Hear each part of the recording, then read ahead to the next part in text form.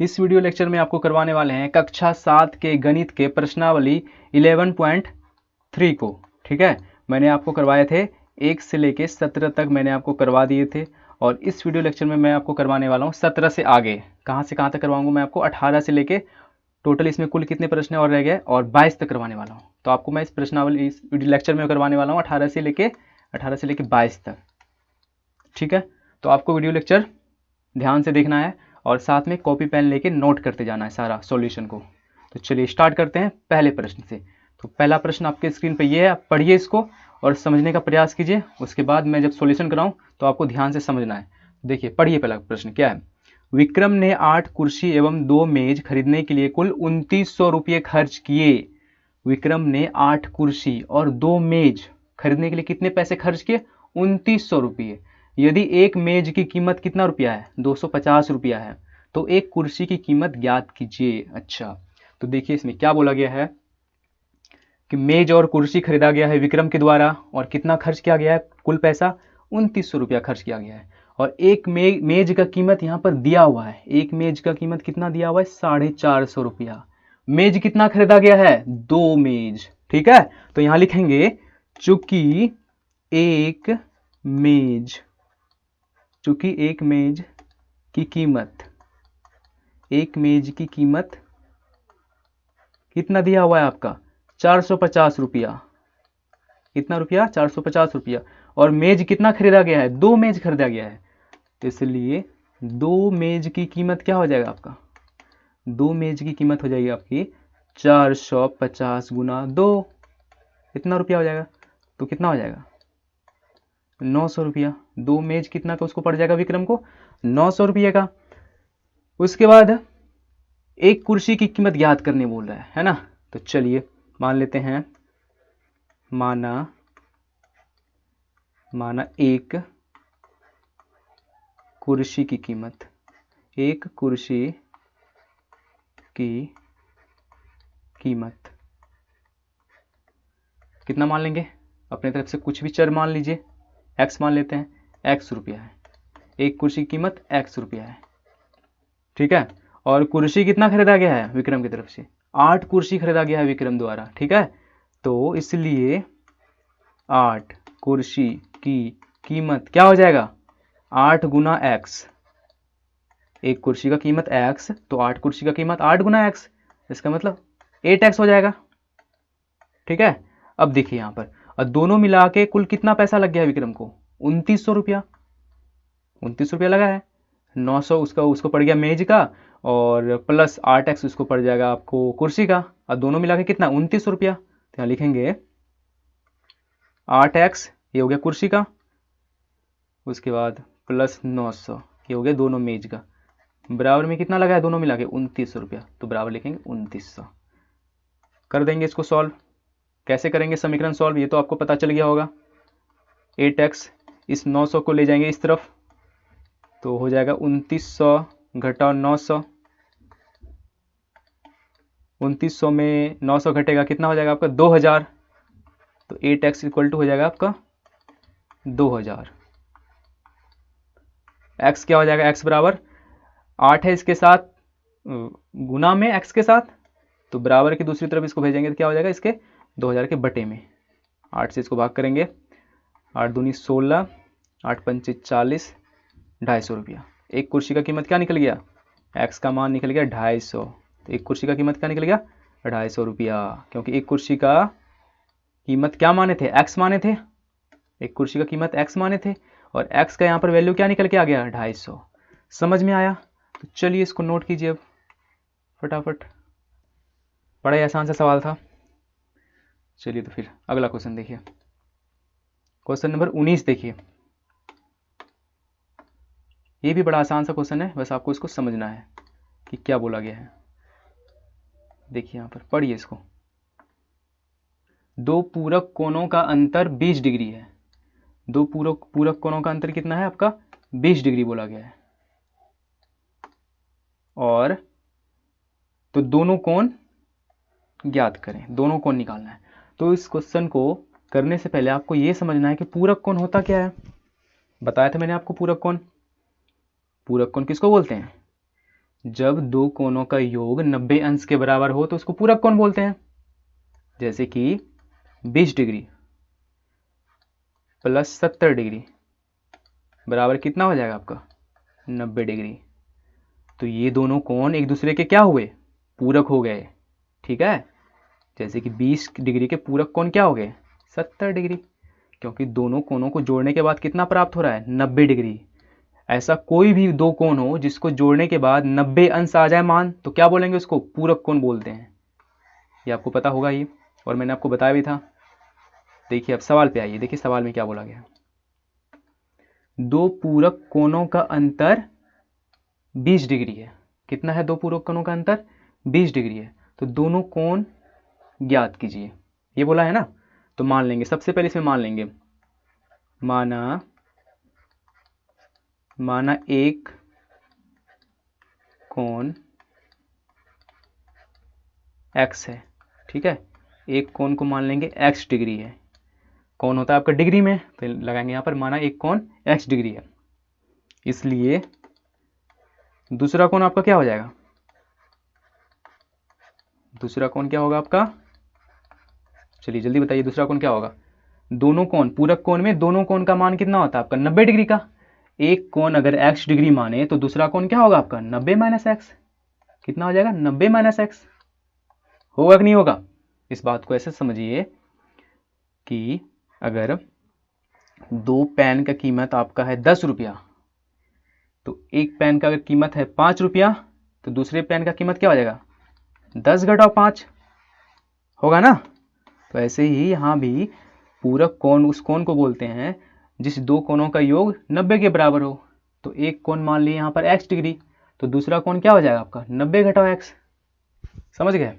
अब देखिए क्या बोला है यहाँ पर, प्रश्न से देखिए यहाँ पर क्या बोला, इसी दोनों का अंतर कितना डिग्री बोला गया है 20 डिग्री। दोनों कोणों का अंतर कितना बोला गया आपका 20 डिग्री। तो यहाँ पर कर देंगे x घटाओ 90 माइनस एक्स, दोनों का अंतर, अंतर मतलब घटाओ, कितना डिग्री बोला गया 20 डिग्री, तो बराबर में लिखेंगे 20 डिग्री। अब क्या करेंगे इसको, इसका ब्रैकेट, छोटी ब्रैकेट को हटाएंगे तो क्या हो जाएगा -90, और ये माइनस और माइनस प्लस एक्स हो जाएगा यहाँ पर। ठीक है, बराबर में 20। देखिए यहाँ पर x plus x 2x minus 90 बराबर में 20। अब देखिए यहाँ पर क्या होगा, इस अचर पद को दूसरी तरफ भेजेंगे, क्या हो जाएगा आपका 2x बराबर 20, इधर माइनस में है 90, तो इधर आके आपका हो जाएगा प्लस 90। तो 2x बराबर 90 और 20 जुड़ के कितना होगा आपका 110। तो x बराबर यहाँ पर क्या हो जाएगा 110 बटे का 2, होगा कि नहीं होगा। क्योंकि देखिए यहाँ पर 2x के साथ गुना में है, बराबर की उस तरफ भेजेंगे तो 110 के बटे में आएगा। 2 से कटेगा आपका 110 कितने बार में 55 बार में। तो x का मान कितना निकल के आ गया 55 डिग्री। तो एक कोण निकल गया आपका 55 डिग्री, तो दूसरा कोण क्या निकलेगा, x का मान निकल गया 55 डिग्री, एक कोण का मान निकल गया। तो दूसरा कोण क्या मान है 90 माइनस एक्स, क्योंकि पूरक कोण, दोनों पूरक कोण का योग 90 डिग्री होगा ना। तो एक कोण 90 में से एक कोण निकल गया 55 डिग्री, तो दूसरा कोण क्या हो जाएगा 90 घटाओ 55, ये हो जाएगा ना 90 घटाओ 55 कर देंगे यहाँ पर। तो 90 में 55 घटाएंगे तो 10 में 5 5, फिर यहाँ पर 8 में 5 जाएगा आपका 3, 35 डिग्री। आगे समझ में। चलिए तो फिर नोट कीजिए इसको, आसान सा क्वेश्चन था, बस इसमें आपको पूरक कोण के बारे में पता होना चाहिए कि पूरक कोण होता क्या है, तभी आप इस सवाल को कर पाएंगे। नोट कीजिए इसको, पहला कोण आपका निकल गया 55 डिग्री, दूसरा निकल गया 35 डिग्री। दोनों को जोड़िए, देखिए दोनों को जोड़िए, देखिए 90 डिग्री बराबर पुर जाएगा आपका। और दोनों को अंत घटाइए, 55 घटाओ 35 कीजिए, देखिए 20 डिग्री पुरेगा। ठीक है, तो चलिए इसी के साथ आपका ये 19 नंबर में सवाल होता है कंप्लीट। 20 देखिए आप, 20 भी पूरक कोण वाला ही है। 20 को कीजिए, पहले पढ़िए 20 को क्या बोला है 20 में। कोई भी सवाल करने से पहले उसको 2 बार पढ़िए क्या बोला है, उसके बाद उसको करने का खुद से प्रयास कीजिए। ठीक है, देखिए क्या बोला है, कोई कोण अपने पूरक कोण का 1/4 है तो कोण का मान ज्ञात करें। देखिए क्या बोला है, ये भी पूरक कोण वाला सवाल है आपका।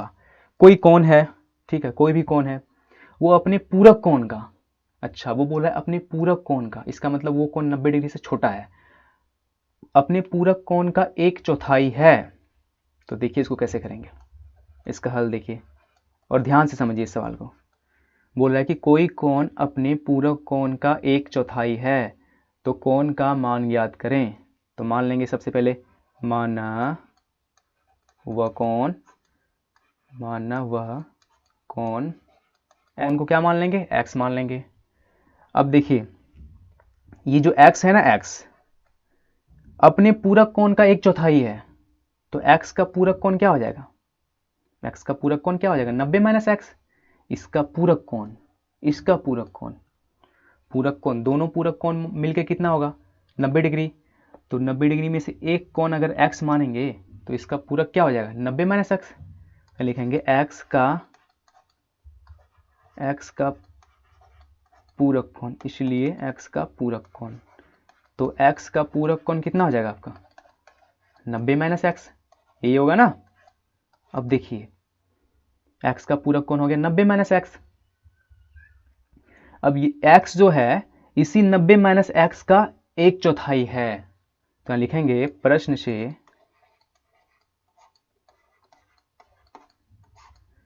x जो है x क्या है, इस 90 माइनस x का 1/4 है, तो यहां पर करेंगे 90 माइनस x का 1/4, कितना इसका का 1/4 है। ठीक है, ये बात सवाल में बोला गया है। देखिए आगे क्या करेंगे, x इक्वल टू क्या करेंगे अब 90 माइनस x का मतलब गुना 1/4। अब क्या होगा, अब देखिए क्या करेंगे, ये जो 4 है ना, 4 क्रॉस मल्टीप्लिकेशन कर देंगे, इस 4 का गुना हो जाएगा इस x के साथ, तो क्या हो जाएगा यहाँ पर 4x, इधर क्या रह जाएगा आपका 90 माइनस x रह जाएगा। अब इस x, ये चर पद है, इस चर को इधर लेके आएंगे तो क्या हो जाएगा आपका 4x, ये माइनस में है इस तरफ लाएंगे तो प्लस x हो जाएगा। इधर क्या रह जाएगा 90, 4x प्लस x, कितना x हो जाएगा आपका 5x इक्वल टू 90। x बराबर देखिए क्या आ जाएगा आपका 90/5 आएगा ना, 5 इधर x के साथ गुना में है, बराबर के इस तरफ लाएंगे तो 90/5 आएगा। अब 5 से आपका 90 कटेगा, कितने बार में कटेगा 18 पंचे 90, तो x का मान कितना निकल के आ गया 18 डिग्री। ठीक है, तो वो कौन कितना निकल गया 18 डिग्री। आगे समझ में, चलिए तो फिर कीजिए इसको नोट, नहीं समझ में आया एक बार वीडियो फिर से पीछे कीजिए, फिर से इसको समझने का प्रयास कीजिए। चलिए इसी के साथ 20 नंबर भी हो गया क्वेश्चन कंप्लीट। इसको रोकिए वीडियो को और इसको नोट कीजिए। प्रश्न संख्या देखिए आप 21 देखिए, 21 में देखिए पढ़िए क्या बोला है 21 में, 21 पढ़िए, देखिए क्या बोला है। एक बगीचे में आम के पेड़ अमरूद के पेड़ से 43 कम है, मतलब आम के जो पेड़ है ना एक बगीचा में, अमरूद के पेड़ से 43 कम है, इसका मतलब अमरूद का पेड़ 43 ज़्यादा है आम के पेड़ से।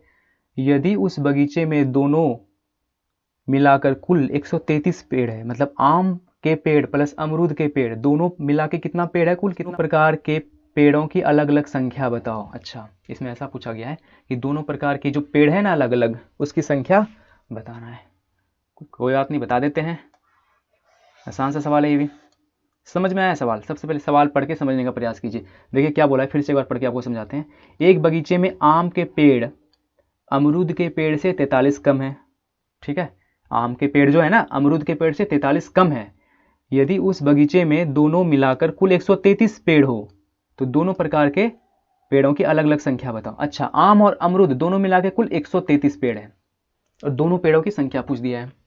तो चलिए करते हैं, कैसे करेंगे, क्या मान लेंगे यहाँ पर, मान लेंगे अमरूद का पेड़ x मान लेंगे, अमरूद का पेड़ क्या मान लेंगे x मान लेंगे, तो आम का पेड़ क्या हो जाएगा, आम का पेड़ अमरूद से 43 कम है, तो आम का पेड़ हो जाएगा x माइनस 43, है ना, ये होगा ना। अगर यहाँ पर आप अमरूद मानेंगे, यहाँ पर आप अब अमरूद का पेड़ मान लेंगे x, तो आम का पेड़ क्या हो जाएगा आपका, आम का पेड़ आपका हो जाएगा क्या हो जाएगा 43 कम है, तो x माइनस 43, आम का पेड़ हो जाएगा x माइनस 43, ये होगा ना। और ये दोनों मिला के, ये दोनों मिला के कितना है टोटल 133 है, तो x प्लस इतना करके बराबर 133 कर देंगे।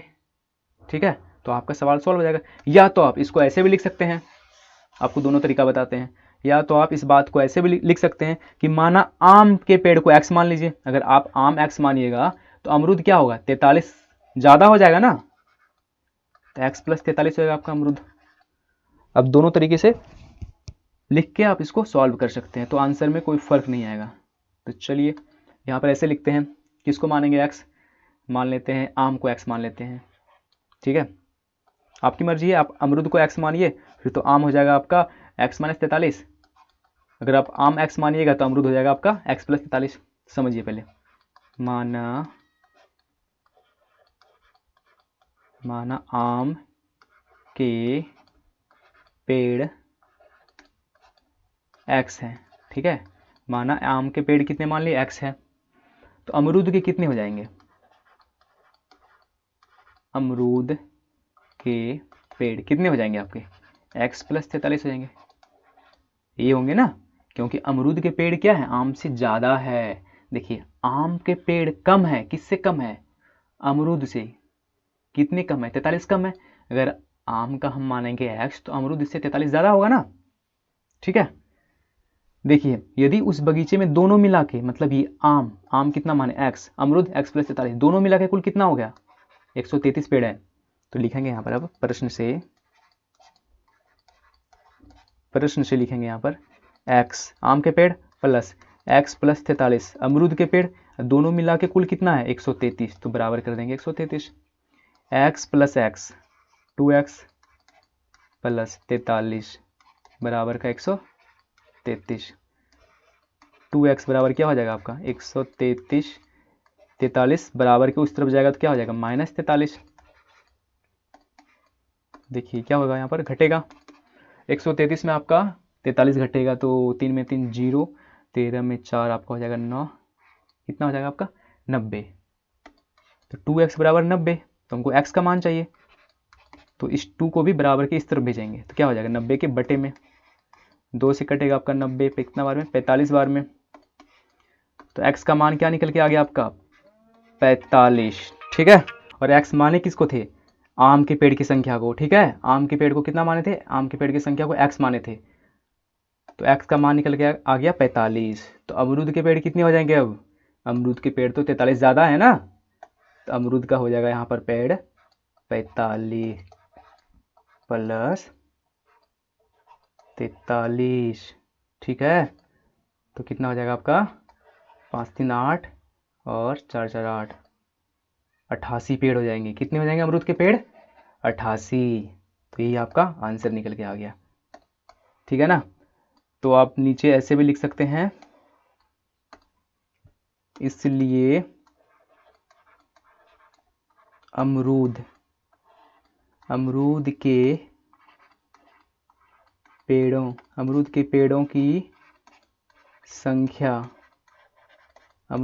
की संख्या बराबर 88 और आम के पेड़ों की संख्या बराबर 45, ठीक है। चलिए अब इसको नोट कीजिए, अब आसान सा क्वेश्चन था ये भी। इसी के साथ आपका 21 भी हो गया। तो चलिए 22 करते हैं और लास्ट क्वेश्चन, ये 22वां आपका लास्ट क्वेश्चन है, और इसके साथ ही आपका हो जाएगा 11.3 कंप्लीट, और आपका समीकरण वाला जो है ये अध्याय, ये भी आपका हो जाएगा कंप्लीट। चलिए अब देखिए क्या बोला गया है, लास्ट सवाल है और अच्छा सवाल है, आयु संबंधित सवाल है। देखिए क्या बोला है, एक व्यक्ति की उम्र, क्या बोला है, एक व्यक्ति की उम्र उसके पुत्री के उम्र का चौगुना है। 16 वर्ष के बाद वह अपने पुत्री के उम्र के दोगुना हो जाएगा। पुत्री की उम्र ज्ञात कीजिए। देखिए क्या बोला, एक आदमी है, एक व्यक्ति है, उसकी उम्र क्या है, उसकी पुत्री की मतलब उसकी बेटी के उम्र का चौगुना है, ठीक है ना। 16 वर्ष के बाद वह अपने पुत्री के उम्र के दोगुना हो जाएगा। पुत्री की उम्र ज्ञात करें, पुत्री की उम्र पूछा है ना, तो चलिए मान लेते हैं इसमें पुत्री की उम्र x है। देखिए समझ गए सवाल अब।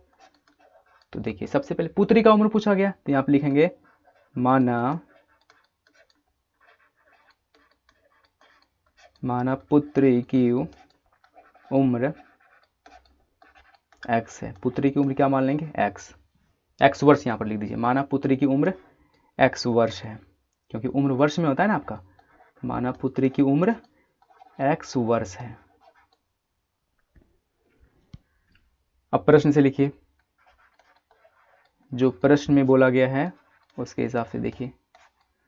प्रश्न में क्या बोला गया, व्यक्ति जो है ना पुत्री से चौगुने उम्र का है। अगर पुत्री x है तो व्यक्ति का उम्र क्या हो जाएगा 4x, क्योंकि चौगुना है। लिखेंगे प्रश्न से, व्यक्ति का उम्र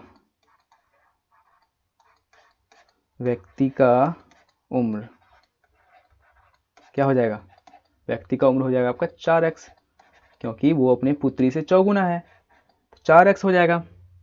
ठीक है।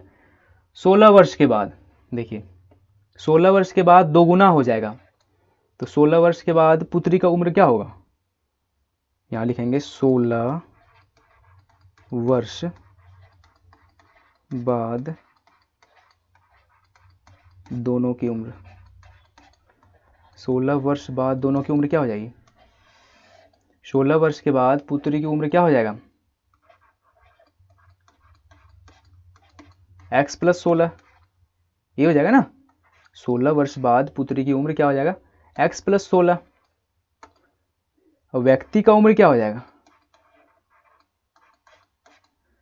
व्यक्ति का उम्र हो जाएगा 4x + 16। होगा कि नहीं होगा। पुत्री का उम्र x वर्ष माने अभी प्रेजेंट में, वर्तमान में, और व्यक्ति का 4x। ठीक है।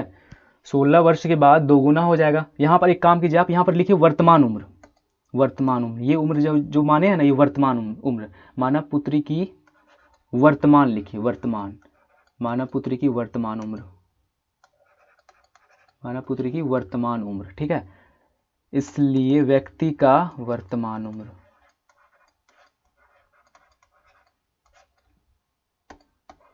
ठीक है ना। तो 16 वर्ष बाद दोनों की उम्र, 16 वर्ष के बाद पुत्री थी x वर्ष की, तो 16 वर्ष के बाद क्या हो जाएगा, इसमें 16 वर्ष जुटेगा। व्यक्ति था कितना 4x, व्यक्ति का उम्र 4x, तो 16 वर्ष के बाद क्या हो जाएगा 4x + 16, ये हो जाएगा दोनों का उम्र।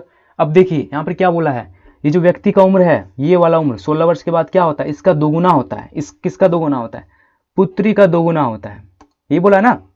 तो यहां पर लिखेंगे 4x + 16, ये क्या है, ये पुत्री से 2 गुना है। पुत्री का उम्र क्या है 16 वर्ष के बाद x + 16, तो x + 16 के क्या है 2 गुना है, तो यहां पर 2 गुना करेंगे। कौन 2 गुना है, ये 4x + 16 2 गुना है, 2 गुने के बराबर है। किसके 2 गुने के बराबर है, पुत्री के उम्र के 2 गुने के बराबर है। तो इसको लिखेंगे 4x + 16 = 2 × x + 16। ये आपका है पुत्री का उम्र, ये है व्यक्ति का उम्र। ठीक है, बन गया है समीकरण। चलिए समीकरण बन गया, तो इसको हल करेंगे। अब क्या करेंगे, सबसे पहले इधर तो है आपका 4x + 16, और इधर क्या है आपका 2 × x, क्या हो जाएगा 2x, 2 × 16, 2 गुना 16, 16 दूनी 32। अब क्या करेंगे, इस चर पद को एक तरफ लाएंगे, इस तरफ लाएंगे, 4x - 2x हो जाएगा, और इस 16 अचर पद को उधर भेज देंगे, तो 32 इधर प्लस में है तो उधर हो जाएगा -16। 4x में 2x यहाँ पर घटेगा तो हो जाएगा आपका यहाँ पर 2x, और 32 में 16 घटेगा तो हो जाएगा आपका 16। तो x बराबर क्या हो जाएगा आपका 16/2। 2 से कटेगा 16 8 बार में, तो x का यहाँ पर मान क्या निकल गया, x का मान निकल गया यहाँ पर 8 वर्ष। x माने थे किसके उम्र को, x माने थे यहाँ पर पुत्री के उम्र को, तो पुत्री का उम्र यहाँ पर क्या निकल गया, पुत्री का उम्र यहाँ पर निकल गया 8 वर्ष। ठीक है। पिता का उम्र, किसका उम्र पूछा है यहाँ पर, पिता को उम्र क्या हो जाएगा, पिता बराबर क्या हो जाएगा, पुत्री से 4 गुना है, मतलब 8 × 4, तो पिता का उम्र हो जाएगा 32 वर्ष। ठीक है। अब पूछा किसका उम्र है, पूछा है यहाँ पर क्वेश्चन में देखिए पुत्री की उम्र ज्ञात कीजिए, तो पुत्री का उम्र ज्ञात कीजिए, तो पुत्री का मान तो x निकाले, x कितना वर्ष निकला 8 वर्ष, तो पुत्री का उम्र क्या हो जाएगा आपका 8 वर्ष। आ गया समझ में। तो चलिए फिर नोट कीजिए, इस सवाल को कीजिए, थोड़ा सा जूम कर देते हैं, लीजिए नोट कीजिए यहाँ से ऊपर से। माना पुत्री की वर्तमान उम्र x वर्ष है प्रश्न से, इसलिए व्यक्ति का उम्र 4x, कीजिए इसको नोट। इसी के साथ होता है आपका ये प्रश्नावली 11.3 कंप्लीट।